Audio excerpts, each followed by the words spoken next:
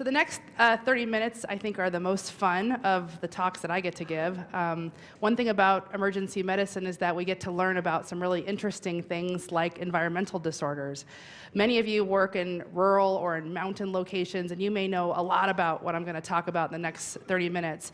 And this is going to be kind of a whirlwind tour of everything from heat illness to cold illness to altitude to bites and stings to burns. We're really going to cover a lot in 30 minutes and kind of just do a little skim over lots of environmental disorders. So let's start with altitude illness. The reason that we get sick when we go up altitude is due to the lack of oxygen as we elevate ourselves in the world. And because of that relative hypoxia, it can get us sick. This happens mostly because of, as mentioned on the slide, is an increased sympathetic tone, but really what it is because there's not enough oxygen, you develop a pulmonary hypertension, and your right heart has to work harder to really deal with this hypoxia. It also obviously increases your breathing. You're trying to compensate for a relative lack of oxygen, so you kind of hyperventilate, you blow off your PCO2, and that affects you as well. Remember that altitude sickness can happen in anybody. It doesn't matter if you're in shape or not in shape. In fact, you know that from stories of mountain climbers and Everest and things like that, where you have people that are in fantastic shape, but get sick at altitude. So it doesn't matter your cardiovascular fitness, it just can happen. So it's a spectrum of disease, like with many things, and as you enter the spectrum of disease in the mild side of things, you're talking about acute mountain sickness. This is kind of the most common of all the altitude illnesses, and probably many of you, myself included, have had this before and know exactly what I'm talking about. This typically happens when you get to an elevation of about 8,000 feet, although for some people it can start a little bit lower than that. It starts early. Even the first day that you get there, you start to feel crappy. You have a headache, you're not breathing well, you can't sleep very well, you can have some nausea, even vomiting. This is all racked up to acute mountain sickness. It gets worse if you drink or you're on any kind of sedatives.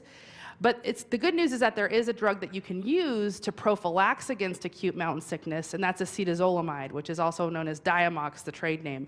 It's a carbonic anhydrase inhibitor, and it helps fight that respiratory alkalosis that you have from ventilating, increased ventilation from the hypoxia by creating a metabolic acidosis. So it helps decrease that periodic breathing at night, and it can help prophylax against the symptoms of acute mountain sickness.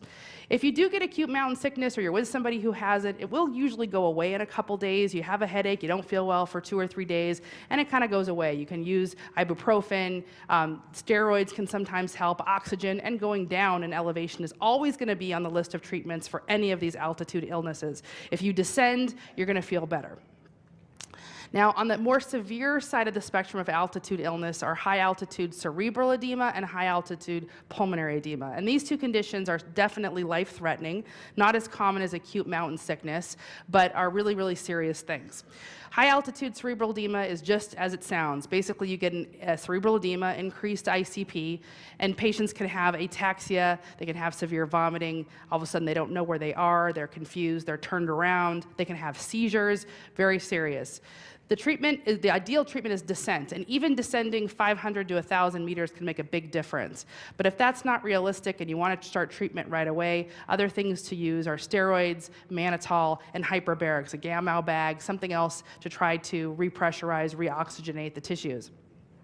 High-altitude pulmonary edema is the pulmonary form of this. Typically, patients go through a spectrum of having acute mountain sickness first, then progress on to pulmonary edema. It can happen often at the second night that they've been at altitude, and it presents as you would expect pulmonary edema to present. The difference here is that if you were to do a chest x-ray on this patient, as opposed to the patient that has CHF, this would be a patient that has a normal heart size. But they can have the same symptoms of pulmonary edema, including hypoxia, pink sputum, frothy sputum, et cetera. And again, the ideal treatment is to descend. That's really what's going to save this person's life. So transitioning out of altitude illness into hypothermia, which is sometimes related to altitude illness. Often these places are pretty cold, but hypothermia can also occur at not so cold temperatures. The definition of hypothermia is a core temperature that's less than 35 degrees Celsius. That's kind of when you're talking about a patient with hypothermia, that's what you're talking about. I live in Los Angeles. We see a lot of hypothermia in Los Angeles, even though it's not a particularly cold place. We call that urban hypothermia, and hypothermia hypothermia can happen just from exposure. It can happen from not just being in a very, very cold place, but from other reasons which are listed here. So extremes of age, people who have altered sensoriums aren't able to get themselves warm, get themselves to a warmer place. That often happens when people are intoxicated. You can also see this in patients with burns or trauma, or with medical conditions like sepsis and hypoglycemia can also present with hypothermia. Now remember that your typical Tempedot or your tympanic membrane thermometer, often they only go down to about 93 degrees. They have a bottom limit to them. So if you're looking for hypothermia and you really want to see what your temperature is, you have to ask for a core temperature. And that would mean a rectal temperature, a rectal thermometer, a low reading thermometer, or a bladder temperature through a Foley or an esophageal temperature to really get a core temperature, because a lot of standard thermometers don't go as low as some of these core temperatures can go. Often with hypothermia, you can see altered mental status, and the classic cardiovascular finding is bradycardia. And that's illustrated by this EKG here, where you see a bradycardic rhythm. Typically with hypothermia, you can sometimes see atrial fibrillation. Sometimes you can see an escape rhythm, a junctional escape rhythm, so you don't see P waves before your QRS complexes. And the red arrow here is pointing to a characteristic finding of an EKG with hypothermia, which is called an Osborne J wave, which is right at the end of the QRS, where the QRS meets the ST segment is the J point, and you have this little notch there called a J wave. So the Osborne J wave is sort of a classic finding on an EKG of the patient who's hypothermic. The patient who's hypothermic, we're going to warm them up, right? That's going to be the treatment. And there's a few different ways that we can do this. We can do this passively just by getting the wet clothes off, giving a warm blanket. Those are good ways to start. And then we can do more active things like putting on a bear hugger, which is illustrated in this picture here, which is forced warm air over the body, hot water bottles, warming blankets, things like that. One thing we know is that you can see this paradoxical core temperature drop after you start rewarming, and that has to do with the cold blood from the periphery, where there's been this vasoconstriction. As vasodilation happens, this cold blood kind of comes back into the core, and you get a drop in temperature when you actually start to warm people. So it doesn't mean that you're not going the right direction. That's just kind of an expected thing.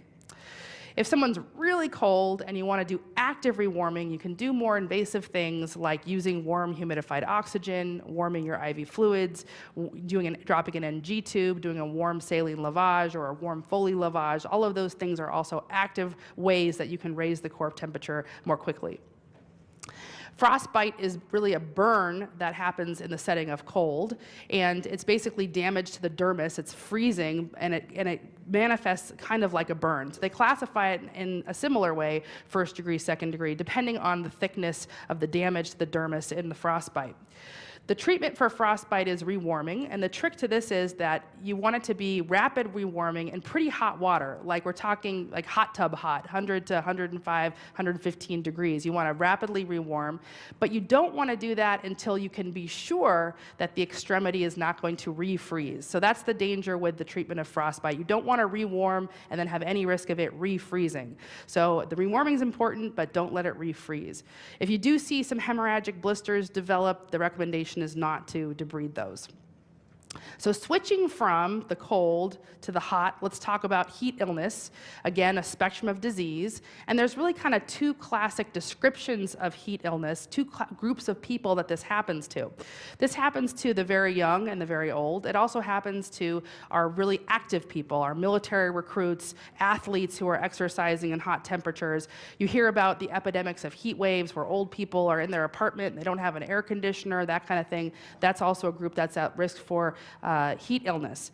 Certainly medications can also contribute to heat illness. This happens also in older patients who are on anticholinergic type medications, the antipsychotics or diuretics. Certainly things like amphetamines, beta blockers, illicit drugs can all contribute to worsening the spectrum of disease with heat illness. Patients who are intoxicated also aren't going to get themselves to a cool place or deal with dehydration, are also at risk for having heat illness. Again, this can happen during heat waves, but it can also happen during just regular kind of ambient temperatures that normally we would tolerate pretty well, but for some groups they don't tolerate it well, and for athletes who push themselves too far also don't tolerate it very well. Now, these 4 conditions on the first slide are kind of, again, our entry point into the heat illness spectrum. These are the mild manifestations of heat illness. Everything from heat edema to cramps to heat syncope, all of these things would be treated by just getting the person into a cool place. Heat exhaustion is kind of the next step, where you systemically don't feel well. You have what's known as kind of a summer flu with some nausea, vomiting. This is mostly due to dehydration. So rehydration, moving someone to a cool place, can help with that one. Then we move into the most serious kind of heat illness, which is heat stroke. And it's kind of similar to the description that Diane used yesterday with thyroid disease, where if you transition to a point where you're hot and you don't know where you are anymore, you're confused, that altered mental status thing, that's really when we can call it heat stroke, is when you've added on the confusion and the altered mental status. This is, at this point, I think of heat stroke as the body's kind of melting inside. It really is kind of melting, because if you do blood tests, you'll see that their LFTs go up. That's pretty a reliable sign of heat stroke. It's also part of the confusion. I mean, it's actually kind of like the body melting. But really, all systems are affected. And the treatment, of course, is to cool them as quickly as you can. Often these patients can be over 104 degrees in terms of their core temperature, and get up to 107, 108 degrees. People will look pretty sick, tachycardic, tachypneic. They may even be hypotensive. And in terms of other lab values, you may see that they're acidotic. You may see that they go into rhabdo in terms of muscle damage. They can have ARDS and renal failure and hyperkalemia. There are really 2 types of heat stroke, kind of encompassing those 2 different age groups we talked about, the 2 different ways that you can get heat stroke. We'll start with the one on the right, the exertional, with the athlete at the top. The exertional heat stroke is the athlete or the military recruit or someone young who pushes themselves just too far. This is sort of an isolated event. It's not happening in the epidemic of a heat wave per se. These are healthy, active people who just overheat. These people will often be profusely sweating. They could have diarrhea. And you can see in these patients even complications like DIC or acute tubular necrosis and rhabdo. Those things are common in that scenario. The other group of people are the older people stuck in their apartments with no air conditioning, the very young, very old, where there's a heat wave and you read about groups of people not doing well. This is not exertional type of heat stroke. This has nothing to do with exertion. This has to do with people that can't get themselves to a cooler place, can't get to water, maybe on medications that make them unable to deal with the heat imbalance. These patients typically aren't sweating profusely. They have very dry skin, and they don't have the same manifestations as the young, active person with the exertional heat stroke. So cooling is crucial, and in fact, when you think about your ABCs, you could add a C to that, cooling, than your ABCs, because the cooling is really what you want to do. You want to do a normal resuscitation, but you're cooling at the same time. One of the more effective ways to cool people quickly is pretty simple, to just mist them with water, even with little like squirt gun with water, and then blow fans over them. So just to get the body a little bit wet and then blow fans over them will be a really quick way of getting the temperature to drop pretty quickly. You can also put ice packs on the groin or the axilla, those work too. And you can do more aggressive internal forms, just like with the hypothermic patient, you can use the opposite here. You can lavage with ice water in terms of an NG tube or a bladder lavage to help drop the core temperature a little more quickly. Often patients will start to shiver. Their body just naturally reacts to try to generate heat to fight what you're doing, and so chlorpromazine can be a drug to use to fight the shivering. We want to bring them down to at least a temperature of about 101, and then we can basically stop our active cooling because we don't want to overshoot, which is also a risk as we're actively cooling somebody. So let's move on from heat stroke to burns, okay, total transition. Now we're talking about burns, and I work at a burn center, so we see a lot of burns where I work, and most people don't work at a burn center, so it's really good to understand who we're going to transfer, who we're not going to transfer, how we're going to treat minor and major burns. So we used to kind of refer to burns as the 1st degree, 2nd degree, 3rd degree. That's still an accepted way to classify them, but if you talk to burn specialists, they like to describe them more in terms of how much dermis is involved. So they like to refer to these more as superficial versus partial thickness, deep partial thickness, or full thickness burns. That's kind of the more preferred lingo if you're talking to the burn center doctor. So the 1st degree is a sunburn. And that's basically a superficial burn. Everyone's had that. That's just the epidermis. You know that that's going to get better. You can treat it with NSAIDs. You know, it's just painful, it's red, it's dry. As you start to move beyond that, the next level is a superficial, partial thickness burn as you start to get into the dermal layer. This burn will be painful. It'll also be red, but it usually looks kind of wet, and it may have these kind of wimpy looking blisters associated with it. It's very hypersensitive, and this usually heals pretty well because you've got your vascular bed intact, your nerves are intact, and this will heal in a week or two without much in the way of scarring. And this is in the second degree category. What's also in the second degree category is a deep partial thickness. So the next layer down, not superficial partial thickness, but a little further down, deep partial thickness. This is down into the dermis, and this can be a mix. This can be red, it can have some areas of white. They could look kind of mottled. The blisters are more tough looking, they're like serious blisters, and some areas may have a decrease in sensation depending on if you've gotten down into the nerve layer or not. And this will heal weeks to months. This is gonna be scarred, this is maybe gonna have some pigment changes, things like that. And then when you get down to the full thickness burns, these are the white, leathery burns that actually aren't that painful because you've burned through the nerve endings. And these look like leather. They can be sort of brown sometimes or white. They don't have much sensation, and these are going to need skin grafts. These are going to need skin grafts.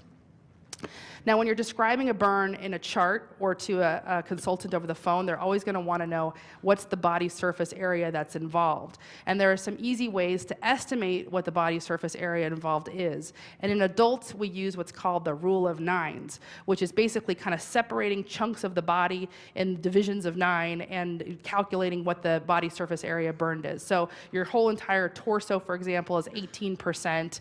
Your back is 18%.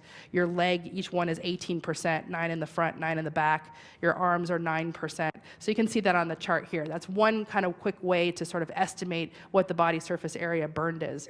Another way to do it is the Palmer rule, which is the idea that a patient's palm is about 1% of their body surface area. So if you take that Palmer area and then estimate how much is involved, that can be another way to sort of guesstimate what's involved. For kids, it's a little bit different. They have big heads, that's one thing. So their heads get 18%. And they've developed this thing called the Lund Browder chart, which helps estimate in infants and in children what the body surface area might be depending on the part of the body that's burned. So memorizing all these numbers is futile, but you can always look up the Lund Browder chart to see in terms of infants or children what the percent body surface area might be. So in terms of minor burns, this is something we see day in and day out. We know how to treat these. We can treat these ourselves. We can refer some of them. They need to be cooled. Often there's still some burning going on, so you want to cool them down. You can treat the pain with your standard pain medications. In terms of blisters, this is always kind of a debatable thing. Do I debride the blisters? Do I leave them alone? And in general, the recommendation is to leave the blisters alone unless they're tense, they look like they actually are causing pain, or if they're already broken and they need to do a little bit of debridement, or if they're over a joint and they're probably going to break. Sometimes those can be aspirated, but in general, we leave the blisters alone. We update tetanus, that's one thing to do. And then if you do have an open area where a blister has broken down, you can put on Silvadene cream or some kind of antibiotic topical treatment, cover it with a dry, sterile dressing. If you happen to have fancy bio dressings for these burns, those are kind of nice as well. They're kind of expensive. In terms of a patient with major burns, people sometimes ask, what's your least favorite patient to take care of? And for me, it's patients with major burns because it's so dramatic. They often come in, they smell of gasoline or burning flesh. They're often awake. It's just a really, really, and you just know that it's going to be a very, very horrific course, a painful course of recovery from a major burn. Patients who come in who have major burns are a very big risk for hypothermia because they've lost their protective layer of skin, and so we have to watch for that. We also really worry with a patient who's been in a big fire or in some kind of situation where a major burn has occurred that they've had an airway burn. And that means that often their airway is going to get swollen and they're going to be a really tough intubation. So you want to look for clues as to whether or not their airway might be involved in this burn. And clues might be singed nasal hairs or singed mustache or some kind of oral burns. And if you suspect that there's been an inhalational burn or an airway burn, the recommendation is to intubate them early. Even if they don't look like they need intubation at that point, they're probably going to need it. And if you're going to be transferring them to a burn center, an early intubation would certainly be advised. If they were in some kind of an enclosed space, like a house fire or a car fire, you want to think about the toxicities that can occur in those situations, like carbon monoxide, dioxide or cyanide. Those things should also cross your mind. These patients are going to need a lot of fluid.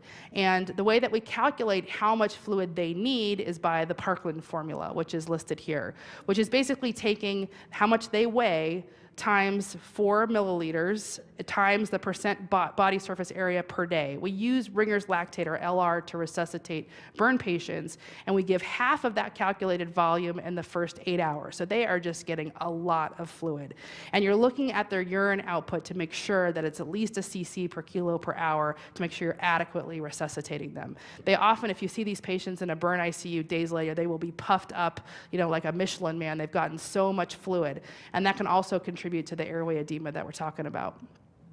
Now, in terms of where burns go, a lot of these can go home in terms of minor burns that are less than 10% body surface area or are in non-strategic locations, which are kind of listed here for you. And a lot of those patients can be treated as outpatient, close follow-up, they're going to be fine. But some people do need transferred to a burn center, and the American Burn Association has a list of criteria that you can use to determine who needs to be transferred. And if you're not sure, it's always best to just call your local burn center and talk to somebody and see if they'd like that person transferred. Certainly circumferential burns are worrisome. Some of those people are going to need fasciotomies. If they have burns to their face, their eyes, their hands, which are very highly functional areas, and feet, genitals, those kind of things, those things can often go to a burn center. Inhalational injuries, electrical injuries, and if they have just a lot of surface area that's been burned, those patients might be better served going to a burn center. So consider that in terms of who should be transferred. If you're not sure, just talk to your burn center and consult with them about what you want to do with your patient. Okay, electrical injuries. Well, electrical injuries can be serious because certainly electricity can cause damage to tissues. It can also affect your heart. That's another way that it kills people. Who gets electrical injuries? Well, certainly it's people who work around electricity, but it can also be toddlers who are crawling along in a closed space and are curious about cords, or adolescents who are checking things out, that kind of thing. Electrocution, yeah, that's death caused by electricity, yes, okay.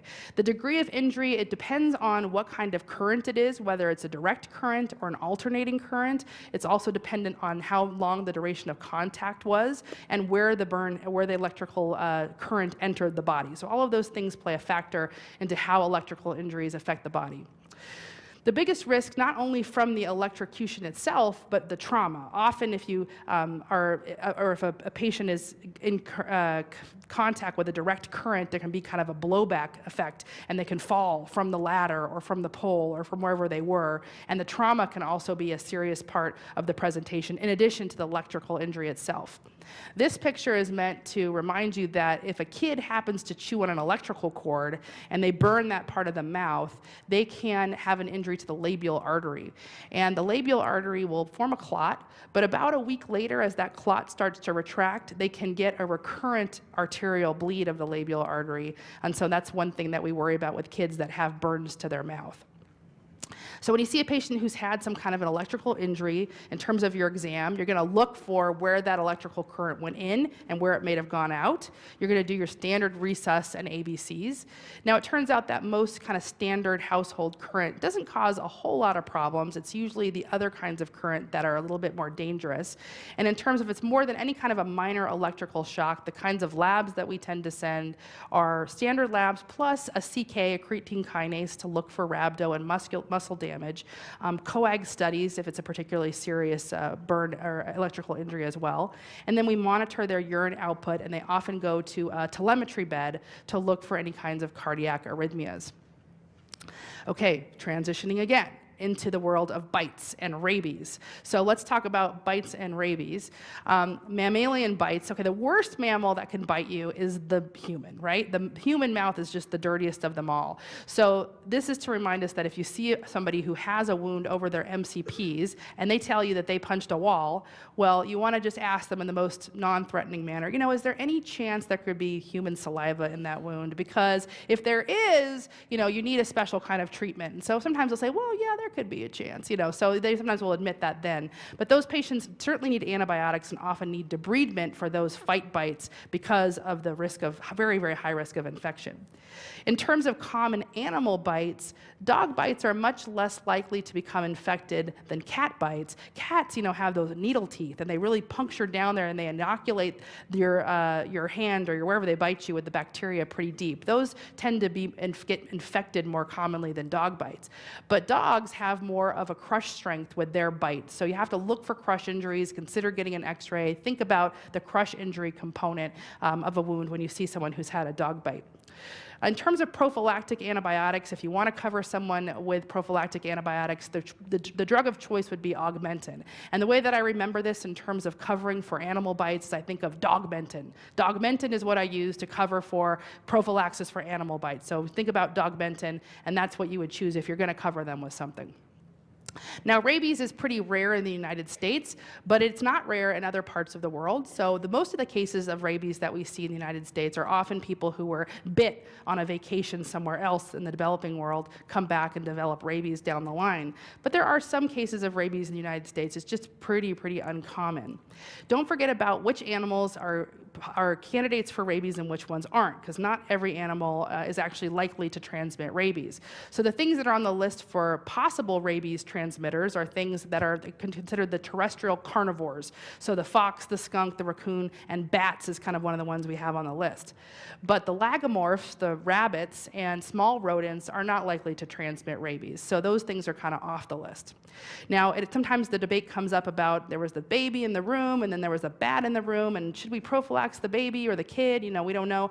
And the recommendation of the CDC is to assume that there could have been a contact, so that we do cover kids or babies who are in a room with a bat that was found. You don't know if there was a bite or not, or a contact, so those people get treated. Rabies is fatal if you get it. It's not a good disease to have at all, and so you want to prophylax them. And so we're generous with our post-exposure prophylaxis, and we tend to cover people if we're not sure.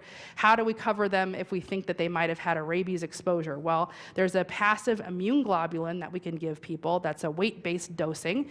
And the thing about this to remember is that you give half of the dose in the wound or near the wound and the other half in a distant site. So half at the wound, half away.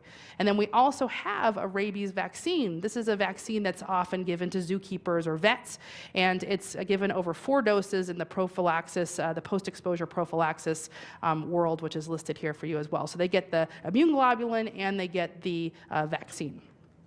Now, a couple slides on bites and stings. In terms of bees, wasps, and ants, and those bites that happen, those are usually kind of local problems. Lots of people in this room have had these things happen to them before. They're painful, but they're not serious. Every once in a while, you'll get somebody who really develops like a big old welt, and it lasts for like a week. They get sort of a hypersensitivity thing. That's not usually cellulitis, although it's a possibility, but it's not usually cellulitis. It's kind of a hypersensitive reaction to these Hymenoptera stings. And you can get anaphylaxis from these bites and stings, although that's relatively uncommon when you think about the denominator of how many people actually get bit by wasps and ants and bees over time. A couple last words about spider bites. Black widows and brown recluse are the two that we talk about. Most of the time when patients come in and they say that they've had a spider bite, it's not a spider bite, right? It's an MRSA abscess. But if they really did have a spider bite, and sometimes they bring the spider with them, which is really helpful, it could be one of these two. So what to know about black widow spider bites? Well, black widow spiders are red, or black with the little red hourglass shape on them. They're kind of aggressive as opposed to the brown recluse spider. Often when they bite, you get immediate pain. And the thing about black widow spider bites is that you can get this muscle spasm, and particularly in the abdomen. It can be a mimic for a surgical abdomen. It can have these abdominal spasms. And sometimes you even may have to CT that person because you're not sure if it's a surgical abdomen or not. But the treatment for these, typically for the pain, is narcotics. You can also use benzos for the muscle spasms as well. The brown recluse is more uncommon. It's not located in all parts parts of the United States, but it's a brown spider with a violin shape. They're also called fiddle spiders or something like that. They have fiddle in the name and one of the other names that you call the brown recluse.